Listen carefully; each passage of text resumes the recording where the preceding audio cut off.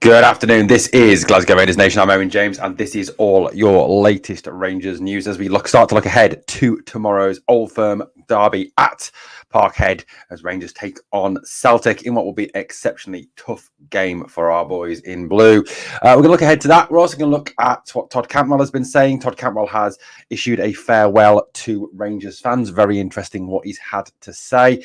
We're also going to look at free agents as well.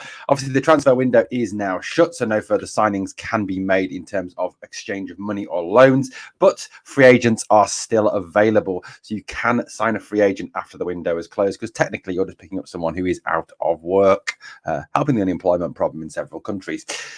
Right, so let's start off by looking at what Todd Cantwell had to say to Rangers fans on his departure from the club. This was a statement, yes, he put on Instagram. Yes, Instagram, guys.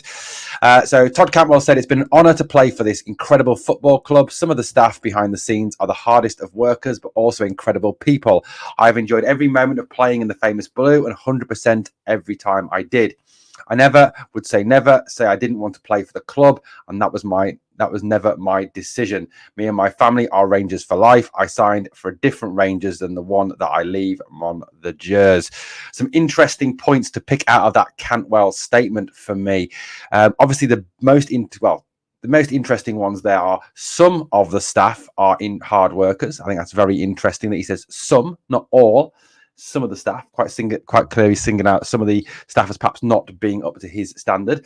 The other comment is, of course, that he is therefore denying what was said what was alluded to by the manager, that he's never ever said that he wouldn't play for the club.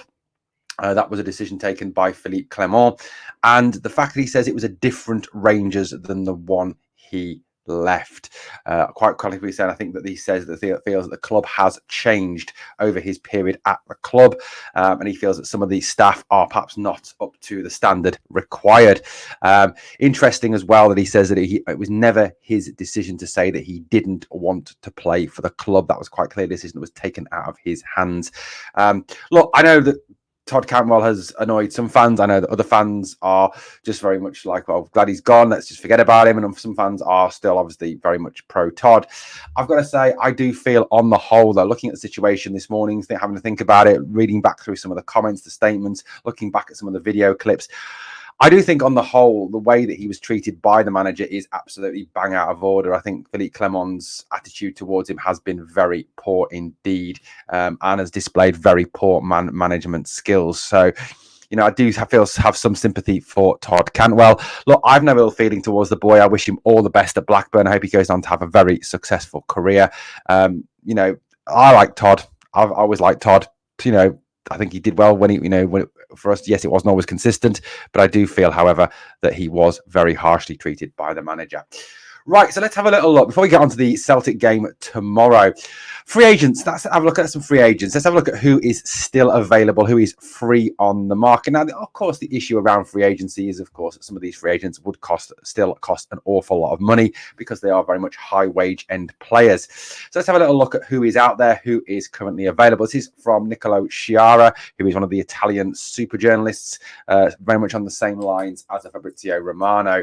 Damartio, Romano and Sciarra are kind of the top guys to go to get news on transfers and player contracts, etc., etc. So in terms of goalkeepers, it's Ochoa, Karius and Berisha. I don't think that's obviously a need for Rangers. Defenders out of contract, some famous names out of contract there. Sergio Ramos, Mats Hummels, Hermoso, Aurier, Cedric Suarez, Manolas, Digi, Kurzawa, Matip and Kaya. I mean, there's some top players out of contract there. I mean, if you look at that list of defenders, Sergio Ramos, Mats Hummels and Joel Matip are the ones that jump straight out at you. Players who've had pretty astonishing careers to this point. Ramos with Real Madrid, Hummels with Bayern Munich and Borussia Dortmund, Matip with Liverpool. So, these are top players. I think, on the whole, you look at that list and realistically, the better players of that list are not players that Rangers are going to be able to afford to give a contract to if we were looking at free agents. I mean, Sergio Ramos is going to want big money. So is Mats Hummels. So is Joel Matip. So I don't think any of those are realistic options there. In terms of the midfielders, the availability is Adrian Rabiot, former PSG and Juventus player, Dele Alli. Of course, we all know the the circumstances surrounding him. Bakayoko, no, not the one that played for PSV. Pjanic, the Bosnian playmaker. Klaassen, the Dutch destroyer. Prayat, the Belgian. Rafinha, Munain, who was at one point a very highly rated player at Atletico Bilbao. Candreva, Andre Gomez, Zungu, Alzate, who has been linked with Rangers, and Perisic. Some incredible names on that list of midfielders. In fact, I would go as far as to say you could actually build a pretty good midfield out of those players. I mean, if you went and say got Rabiot, Pjanic, and let's say, for example, Klaassen, you've pretty much built a pretty decent three-man midfield there. Yes, aging, but still very talented. I think realistically, again, you look at that list and some of the top names there, the Rabiots, the Pjanics of this world, are not players that Rangers are going to be able to even, consider. I think Dele Alli comes with far too much baggage around him, given obviously his struggles. So I think that's, certainly someone who shouldn't be looked at. We don't want to, another Aaron Ramsey type situation of a big name player on a big wage brought in and kind of, failing to live up to that promise. In terms of the players that I would look at on that list, there are a few I would look at on there. I think Klaassen is certainly someone we could look at. He's a bit of a destroyer.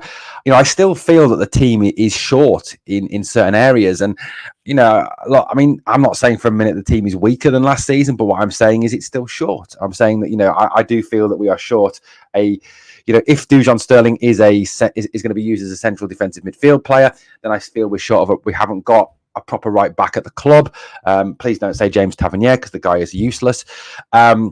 So, I do think that's missing. I think we're missing a six, someone at the base of the midfield to influence the play. I think that is still an element we're missing. I think we're missing a left winger, given Cortez's injury history. I think we're still missing a clinical striker as well. I do feel that, Danilo needs time to get himself fit. Dessers is unreliable. So I do think, there is still a need for those. I mean, of that list in the midfielders, Klaassen is someone I'd be looking at. Prayet is someone I would be looking at. Alzate, someone who has previously been linked with Rangers. So we know there's an interest there. Again, these are out of contract players, so wouldn't cost a transfer fee, would only cost a signing on fee and wages. So I certainly hope that Rangers are looking at not free agents and the likes of David Klaassen, Dennis Prayet, and Steven Alzate are players that have been looked at by the club. I think those three are decent options. In the forwards, you've got Memphis Depay, Anthony Martial, ex of Manchester United, Yaxizi, Ben Yedder, Unas, Niang, Mario Balotelli. The guys are... Do you know what? I would love to sign Mario Balotelli just for the comedy. The guy's a lunatic.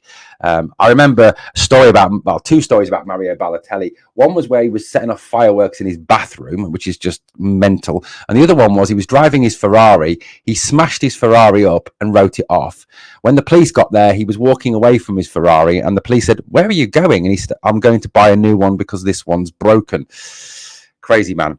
Choupo-Moting, Caputo, Destro, Success. I mean, you can't fail with Success, can you? And João Pedro. Look, I don't think any of the names on that list are realistic targets for Rangers. Anthony Martial is a decent enough player, but again, would want massive wages. Ben Yedder's too old now. Niang is old. Balotelli's a lunatic. Choupo-Moting, again, old but want big wages. Caputo want big wages. I just don't think there's anyone. Depay would want big wages. I don't think there's anyone realistic on that list that we could sign. But I do think, like I said, on the midfield list, we should be looking at Klaassen, Prayet, and Alzate as possibilities to add to the squad, given the fact that I do still feel we are slightly light in midfield. Guys, let me know what you think of that list. Is there anybody that you would like to see Rangers go after realistically? Obviously, look, we've got a wage structure that we've got to stick to. I suppose, the only person who's on ridiculous wages now is James Tavernier, 30 grand a week, which is just a disgrace. So look, I think, we do need to kind of look at that situation. But, realistically, and I've seen people this morning mentioning Candreva. Yes, Candreva is an absolutely fantastic player. But again, I don't think we could afford him. Ex-Lazio, ex-Inter Milan player. Right, guys, let's move it along to tomorrow's game. I think, we go into tomorrow's game very much the underdog. Looking at the predictions and reading some of the predictions of some of the pundits on this game. I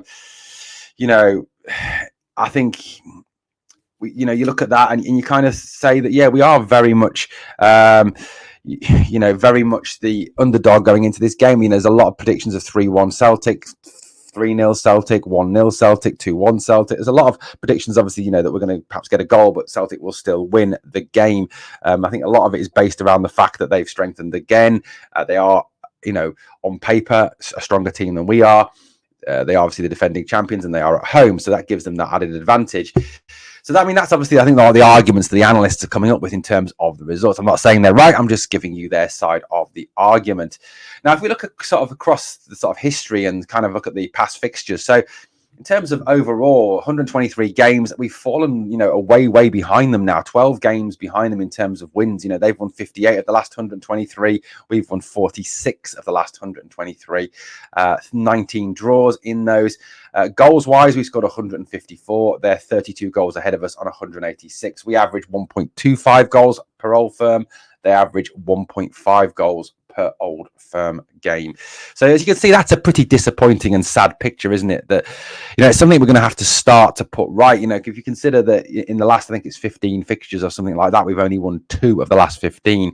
We do need to start to rebalance that diagram, don't we? We need to rebalance the whole situation. We can't be falling that far behind them, and we certainly don't want to be helping them along to 55 again. And if you look at the last few results, and obviously the cup final was a 1-0 defeat. I think we were unlucky in that.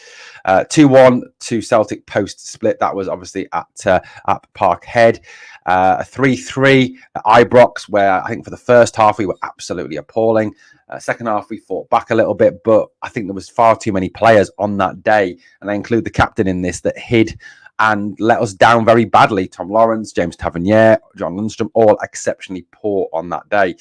2-1 defeat at Parkhead then at the start of the season in obviously controversial circumstances, sending off of Balogun and other issues there.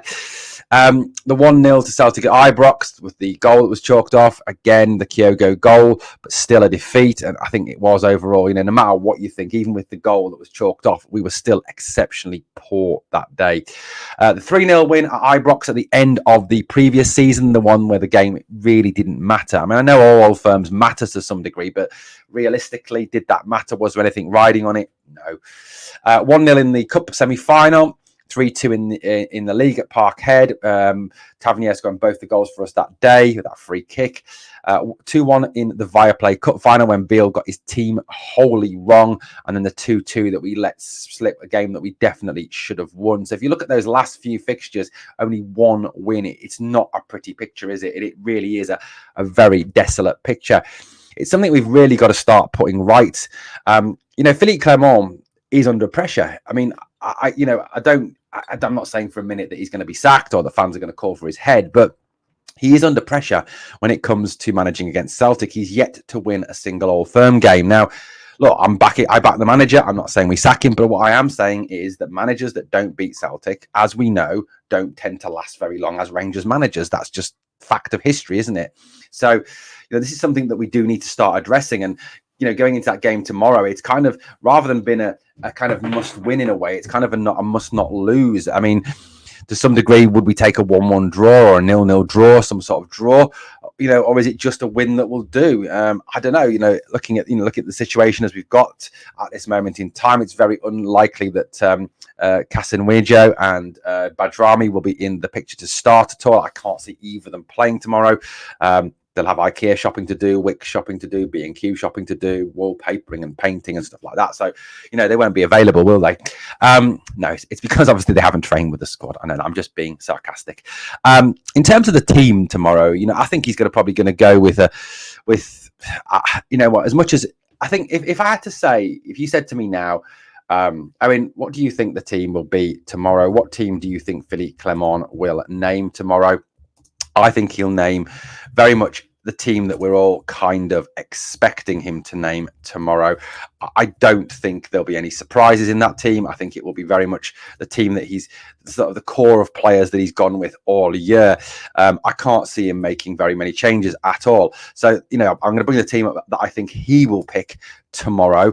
I might be wrong because, as we know, he is exceptionally difficult to predict. But, I don't think this will be a million miles away from what he'll choose. I think he'll choose Butland in goal, a back four of Tav, Suter, Proper if he's fit, and Hefte. James Tavernier at right back against Dyson Maida gives me the absolute fear, given that all the Old Firm games last year, Maida absolutely ripped him to pieces and Tav made him look like prime CR7. Barron and Dio, I think, will give us a fighting chance in midfield. They're probably two of the best midfielders in Scotland at the moment. Cheney, Lawrence and Matondo. Again, Lawrence gives me the fear. He just doesn't work hard enough. I think we can get overrun in midfield with Lawrence there. I just think with Lawrence, he is like playing with a man down against Celtic. We saw that in the Old Firm games that he started last year. He was very poor. Matondo, I think, will start on the left side, and Dessers will start up front. That's what I think he will go with in tomorrow's game. Now, if I was choosing the team for tomorrow, yeah, and that's right, and I'm not the manager, and you all say thank God for that, this is what I would go with tomorrow. I'd throw in some curveballs, give them something to think about. So I would go with Butlander in goal, obviously. I'd put Sterling at right back to nullify Maida, because I just think that Maida absolutely owns Tav. Tav can't defend anymore. He's slow. So I would definitely go with that. And I don't want to see Sterling playing at right wing in place of Cherney to protect Tav, because I just think that's a ridiculous thing to do, to start protecting a player just to keep a player in the team. I think that is ridiculous. So I would go with Sterling at right back. I'd play Balogun and Proper. I'd go with Balogun over Suter because Balogun is faster, he's stronger, he's a better leader, he's just a better centre back for me. You know, I think he's probably the best centre back we've got at the club still. And I absolutely, and let's face it, I am slightly biased. I do love Big Leon. Proper, I think, will start on the left side. Hefte at left back because obviously Ridvan is still out. Dio and Barron pick themselves. They're, you know, two of the best midfielders in Scotland. Like I've said, Dio and Barron are just different class. And I think Barron will get in and about McGregor and try and disrupt McGregor as much as possible. And if Conor Barron has a really good game tomorrow and gets on top of Callum McGregor, it will give us a great chance to be successful. I think Václav Černý has to start right side. I think he will give their left back and their defence all sorts of nightmares, being direct, running at them, causing them trouble. Rabbi Matondo, for me, has to start left side after his performance against, yes, I know it was only Ross County, but what else have we got? Cortez is out injured. McCausland's not great on the left. We've obviously lost the legend himself, Scott Wright, now, so I think we do have to go with Matondo. I'd love to see Yanis Hadji thrown back in there. I know that would, you know, upset a few fans, and some fans will go, what the hell are you talking about? I just think it's a curveball, something they're not expecting, something that would be a bit different. He's more creative. He's an all-round better player than Lawrence. That's what I like to see. I mean, personally, I think he's got no chance of playing for the club again, given the way that Philly's trying to force him out, which I think is disgusting. But yeah, Hadji, for me, would start, and I'd put Danilo up front. I just think he's the better forward. He's more mobile. His movement is 10 times better than Dessers. He scored in the last game. Yes, I know Dessers scored 2, but I just rate Danilo as a lot better forward than Cyril Dessers. So that's what I would go with tomorrow. Guys, let me know your team predictions in the comments down below. I mean, I'll be honest with you, trying to predict this game is notoriously hard. I mean, let's face it, it's the Old Firm, isn't it? You know, you got heart and head, and heart says 2-1 Rangers, head says 1-1 draw. You know, that's what I'm kind of going with. We will be live streaming the game here on the channel tomorrow, so please come and join us for it. Obviously, you know, it'd be good to have you, as many of you, in the live chat as possible, watching the game. Hopefully it's not you know, as one-sided as some people are going to predict it is. Hopefully it's a good battle, and hopefully we come out on top and we get our first win at Parkhead in a long time. Well, guys, that's pretty much it for today. Thank you for watching Glasgow Rangers Nation. Obviously, please smash the sub on the way out. And as always, there's 2 things I always ask of you. Number 1, smash that like. Number 2, remember always, we are the people.